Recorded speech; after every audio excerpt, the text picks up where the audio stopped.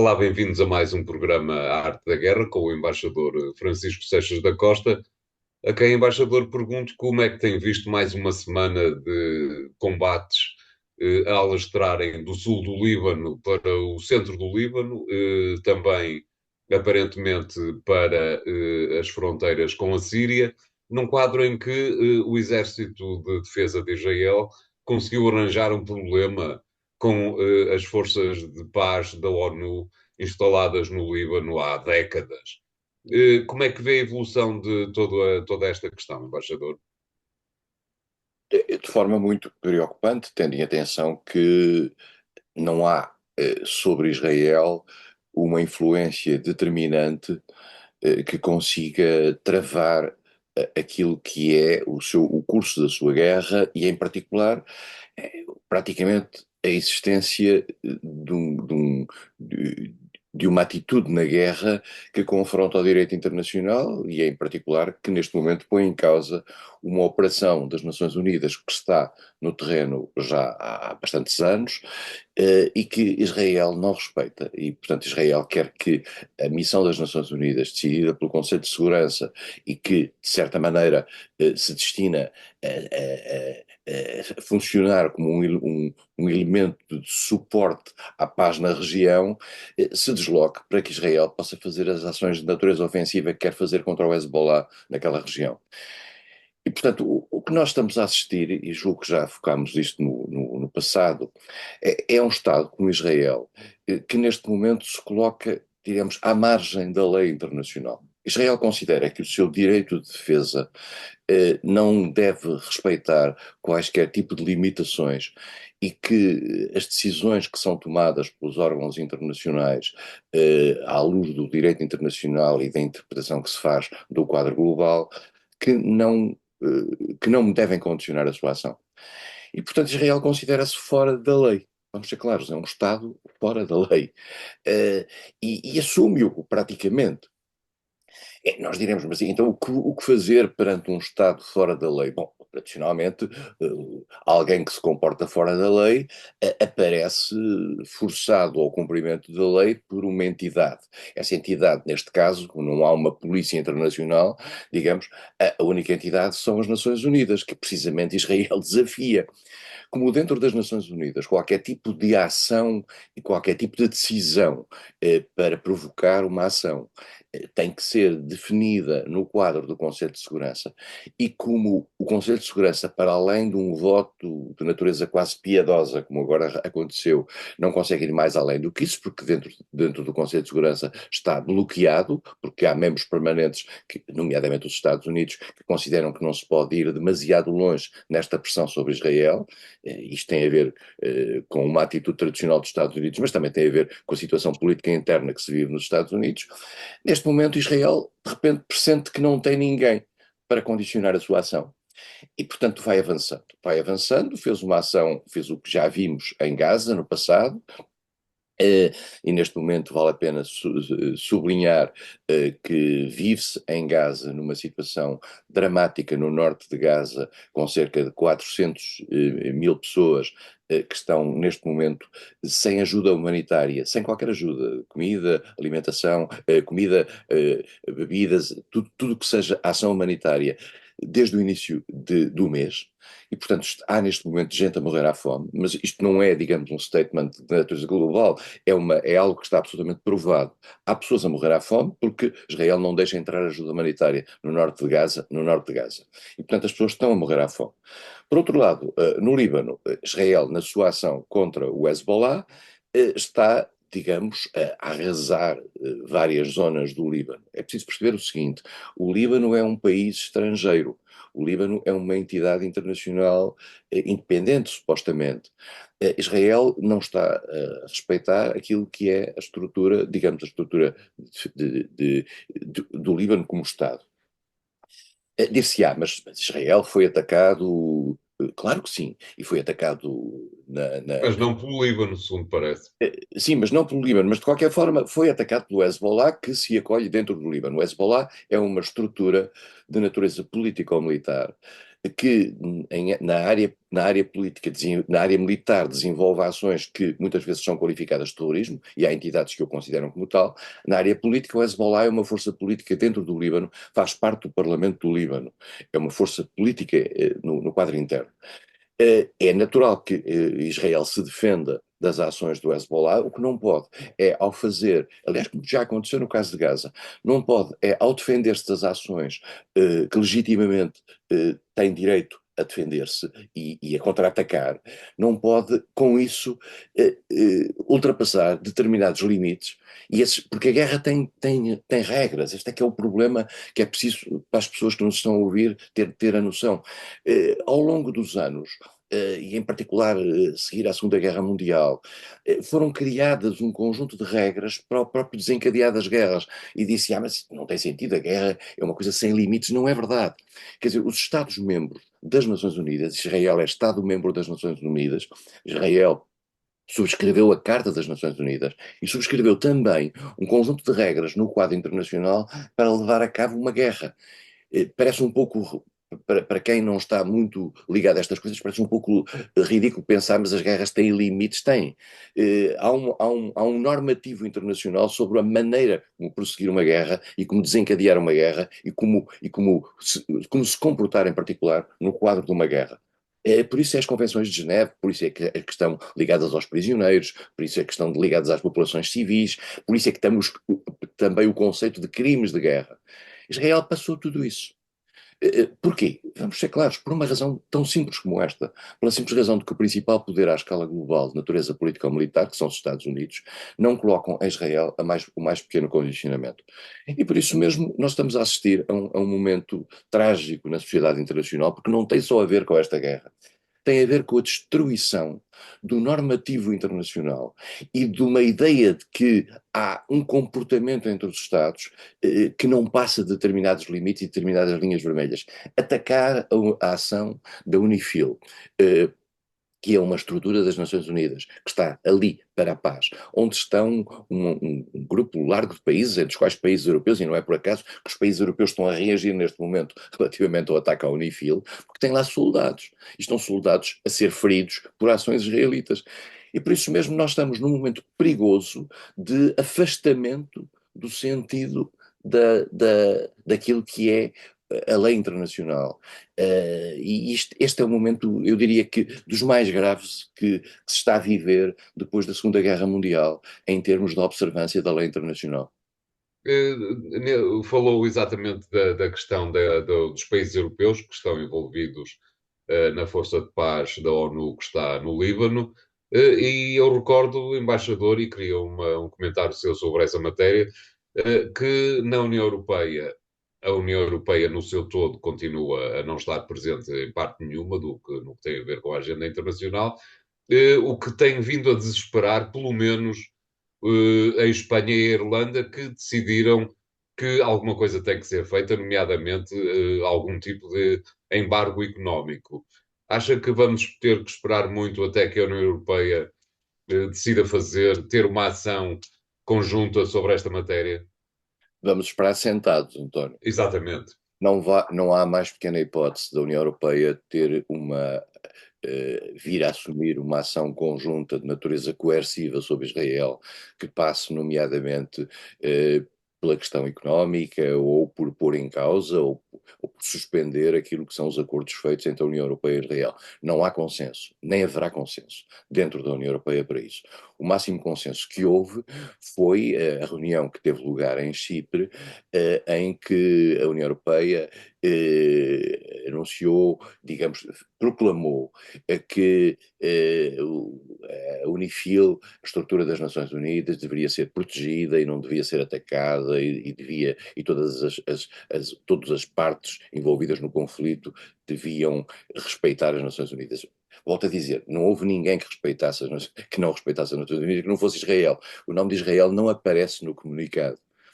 Quer dizer, a prova provada de que a União Europeia vive numa bolha é que há uma grande dificuldade por parte da União Europeia de encontrar um consenso interno no sentido de tomar uma posição face a Israel. A mesma coisa se passou, aliás, no Conselho de Segurança, quando há uma resolução unânime do Conselho de Segurança dizendo é preciso proteger as forças das Nações Unidas. Nós estamos aqui perante uma negação.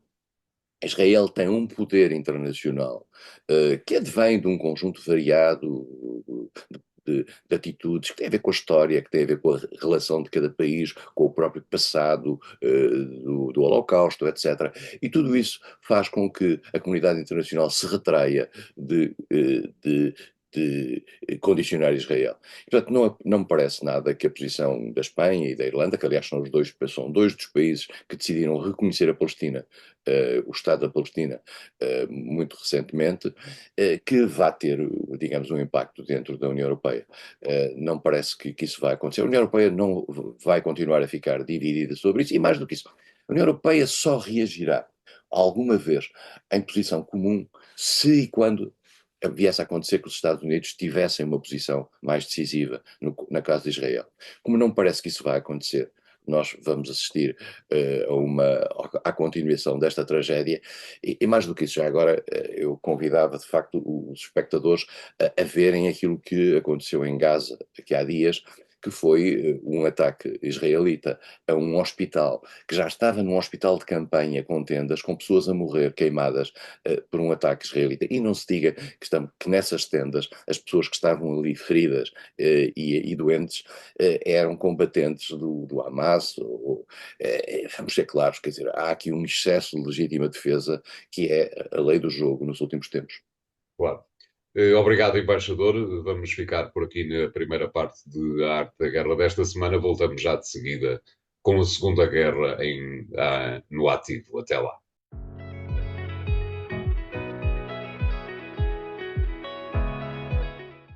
Bem-vindos à segunda parte da Arte da Guerra para, como dizíamos, regressar à Segunda Guerra no ativo, porque, ao contrário do que vai parecendo, ainda há uma guerra na Ucrânia. Como é que tem visto esta possibilidade a possibilidade não, mas o facto de Zelensky ter andado a fazer um périplo, a disseminar aquilo que chama o plano de vitória, numa altura em que aparentemente continua a estar completamente bloqueada a possibilidade de haver conversações para o fim desta guerra, não é assim, embaixador? Zelensky faz aquilo que é natural que um Claro, presidente ucraniano faça, isto é, no momento em que a decisão sobre a guerra não está nas fronteiras do Donbass, mas está nas urnas de voto dos Estados Unidos, e Zelensky já percebeu que se Trump ganhar, será confrontado imediatamente com um congelamento daquilo que é a ajuda militar à Ucrânia.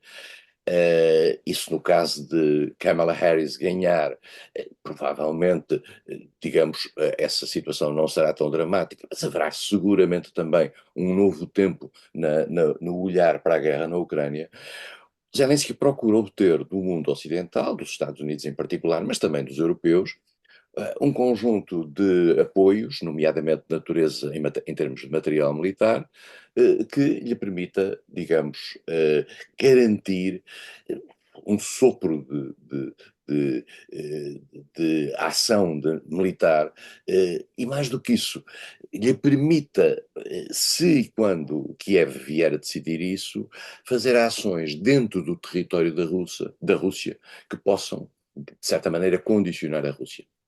A Ucrânia tem vindo a ser capaz, nos últimos meses, de fazer ações dentro do território da Rússia, para grande desespero da Rússia, e em ações junto de estruturas militares, junto de estruturas de abastecimento energético, etc., que causam uma grande preocupação à Rússia.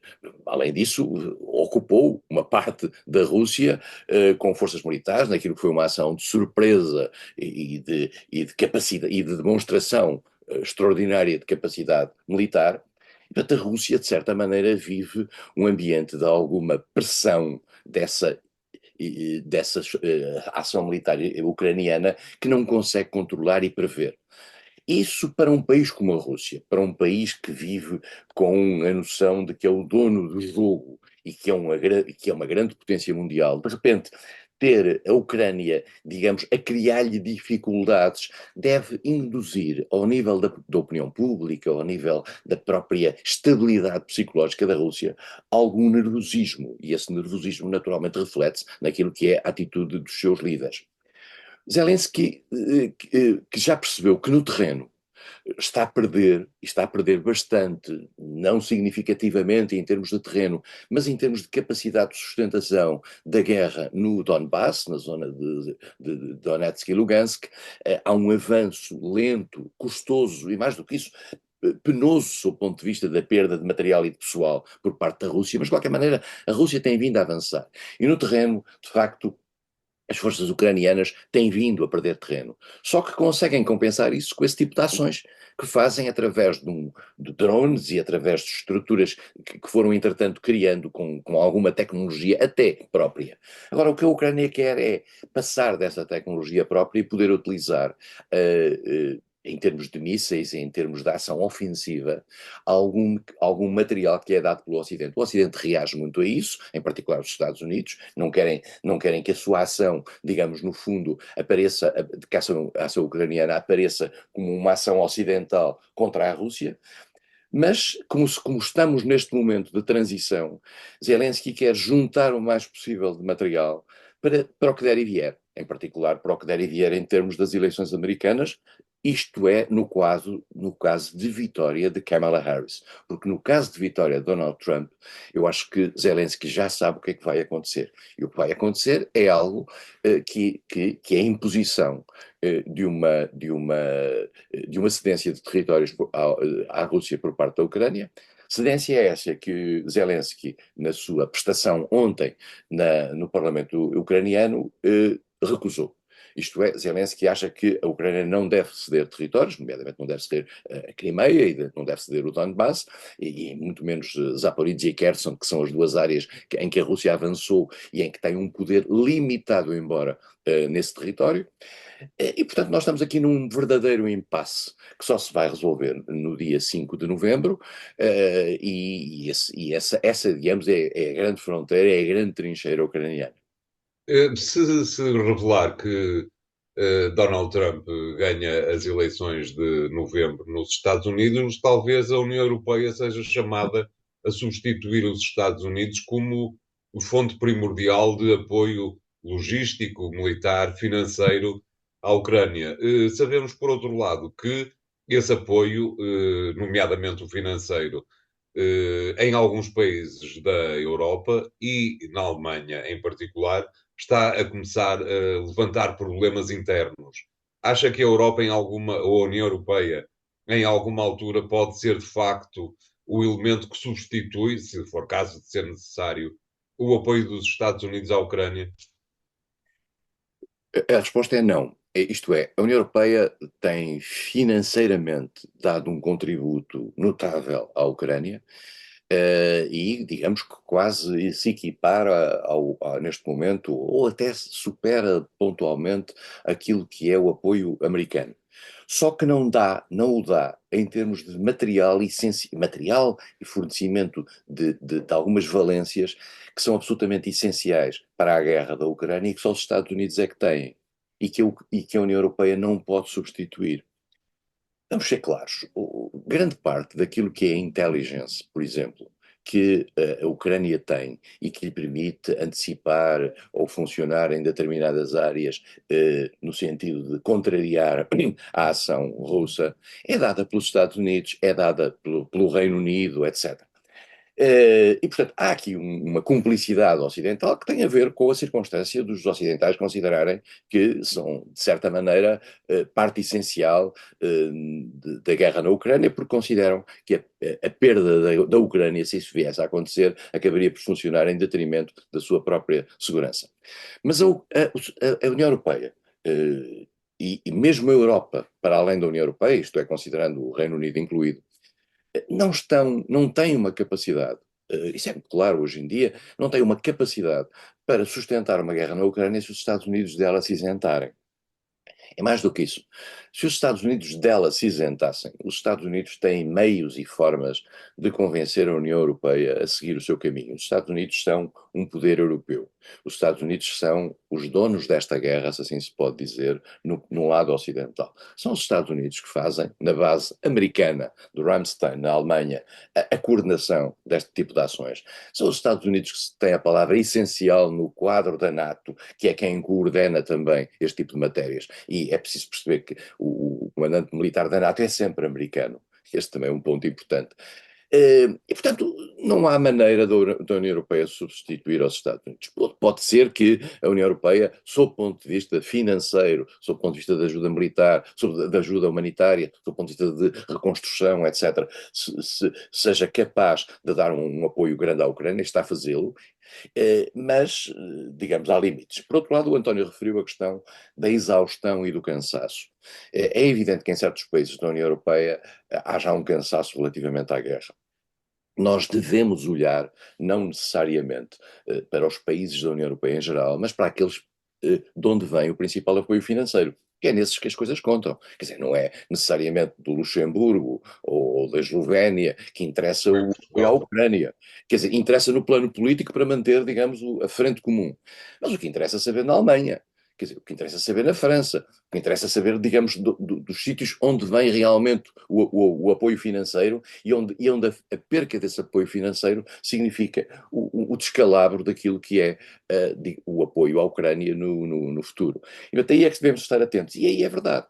Esses países, é preciso termos uma noção. Estamos a falar de democracias, estamos a falar de países que têm uma vontade democrática que se reflete em eleições, na fragilidade dos governos, nos ciclos políticos.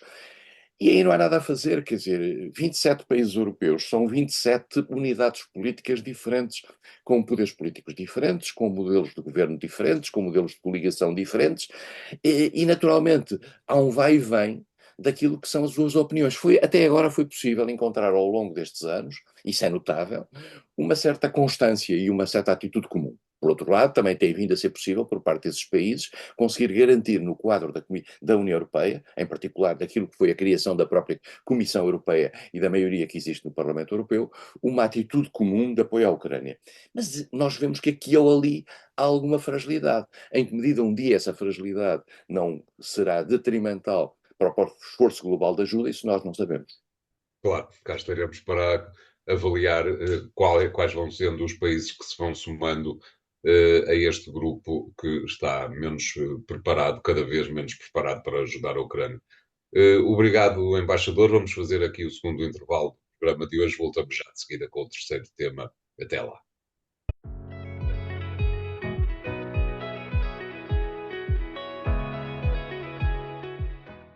Bem-vindos à terceira parte de A Arte da Guerra e numa altura em que estamos a pouco mais de 15 dias, 20 dias das eleições norte-americanas. O impasse sobre quem vai ganhar ou quem não vai ganhar é evidente, não há nada de claro nessa matéria. E depois há também uma série de circunstâncias, algumas delas já falámos nela com o embaixador, nomeadamente a guerra na Palestina, a guerra no Líbano, que tem incidências diretas no processo de desenvolvimento das campanhas eleitorais nos Estados Unidos. A 20 dias do desfecho final, embaixador, esperamos nós que seja o desfecho final, como é que vê o processo de desenvolvimento das campanhas nos Estados Unidos? António, a sensação que nós assistimos aqui a um tempo que tem a ver com o aspecto mediático, com o aspecto público, e agora estamos, eu acho que, num tempo de mais algum realismo.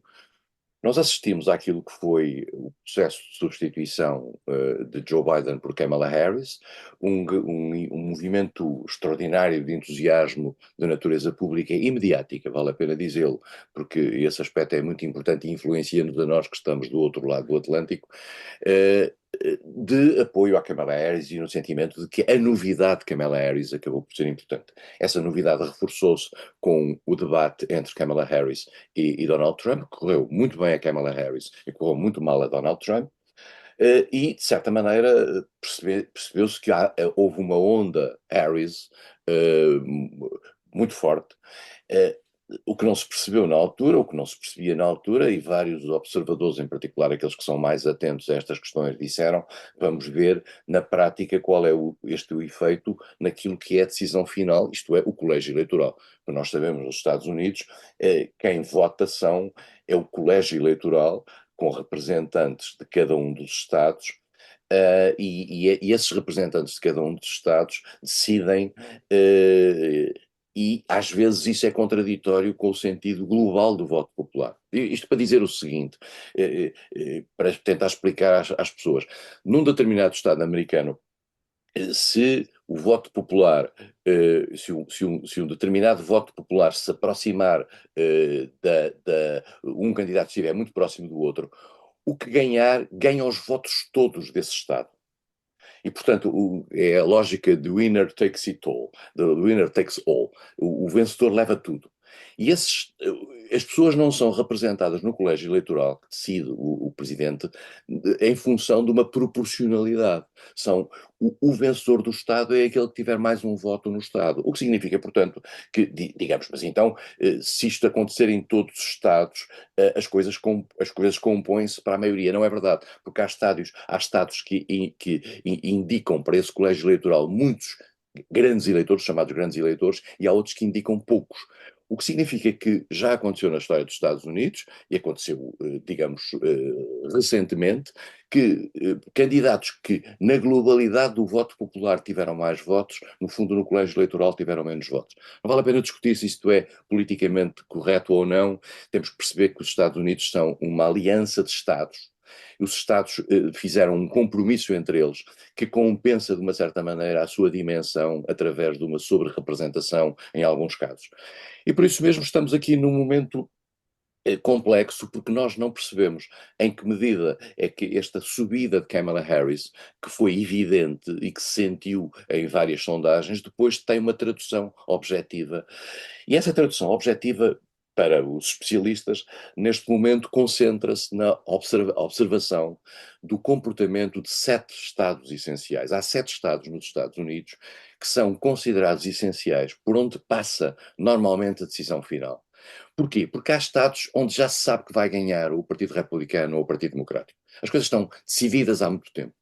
Acontece, mas há estados, os chamados swing states, são estados que mudam, e são os swing states quem dá a vitória a um ou ao outro. E isso, neste momento, os swing states estão mais ou menos empatados.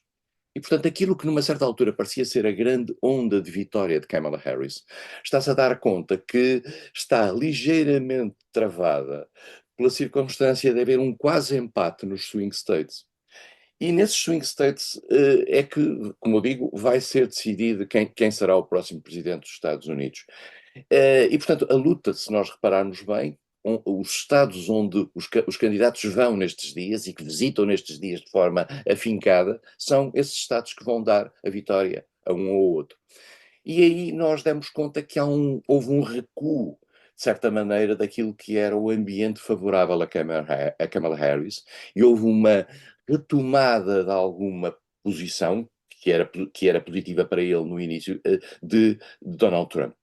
E eu diria que as coisas estão completamente empatadas, assim se pode dizer.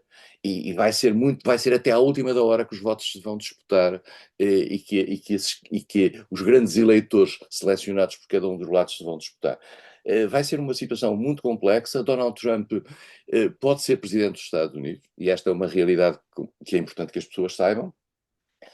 Mas Kamala Harris também tem uma possibilidade de ser presidente dos Estados Unidos, quer dizer, e portanto, neste momento a decisão não está muito clara. Depois temos no meio disto tudo os pequenos incidentes, um aparecimento de um sujeito com uma arma num comício de Donald Trump, a publicação de um livro de Bob Woodward, com detalhes quer do tempo de Trump, quer do início da presidência de Biden.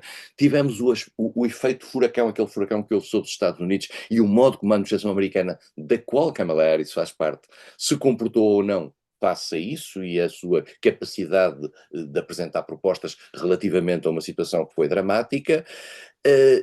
tudo isso funciona na opinião americana.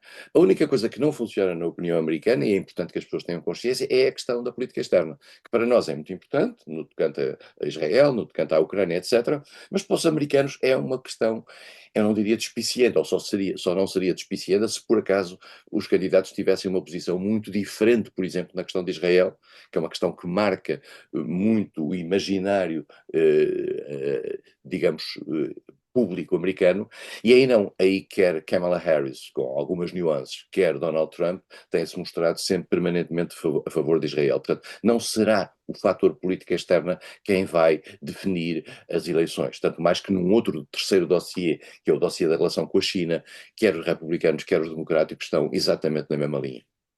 O que é que lhe parece, embaixador, que terá faltado para Kamala Harris ter consubstanciado no terreno essa onda que conseguiu formar, primeiro com a sua com a apresentação da candidatura, depois com o Congresso Democrata, depois com o reescrever da história da própria Kamala Harris no que tem a ver com o seu relacionamento de 4 anos com Joe Biden.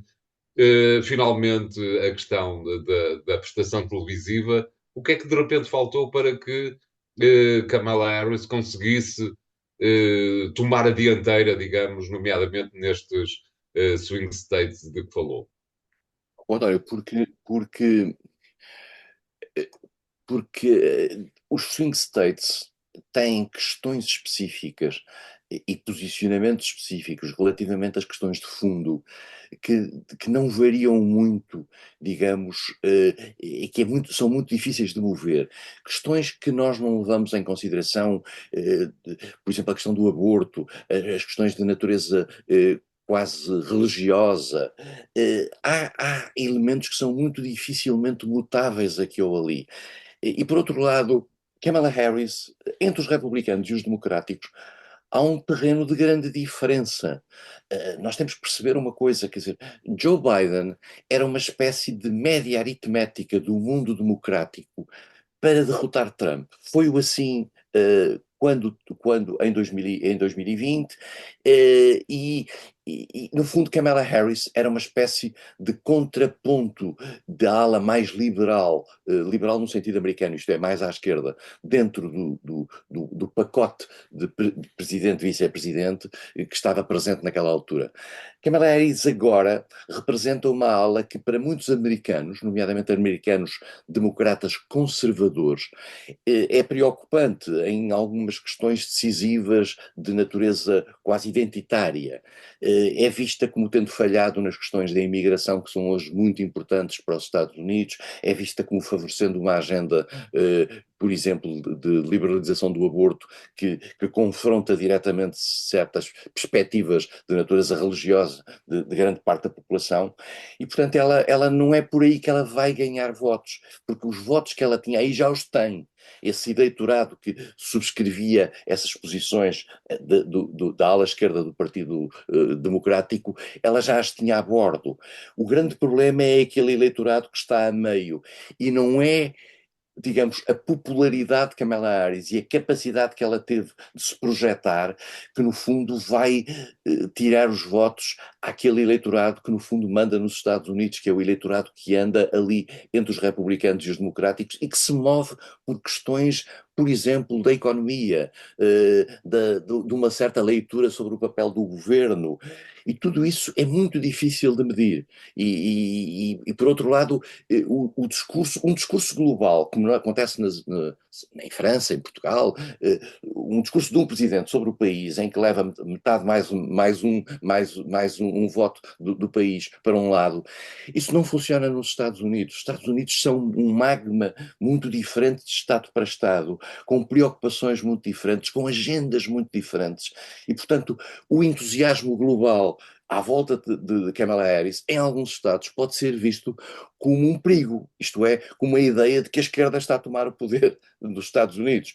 Kamala Harris é, para os valores europeus, uma esquerda altamente moderada, mas há uma direita muito conservadora e há setores conservadores que consideram que ela pode ser um perigo para aquilo que é a identidade americana.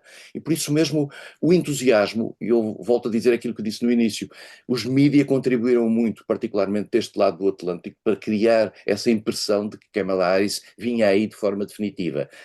Não vem, isto é, não é tão definitiva quanto isso, e neste momento, por isso mesmo é que vivemos esta situação de quase empate, que aliás, vale a pena lembrar, não é muito diferente daquela que existiu nas últimas eleições, quando Joe Biden ganhou a Donald Trump. Exatamente. Obrigado, embaixador. É um assunto que, evidentemente, continuaremos a acompanhar nas próximas semanas. Até lá, reveja aquilo que foi dito no programa Arte da Guerra nos sites do Jornal Económico. Obrigado e até para a semana.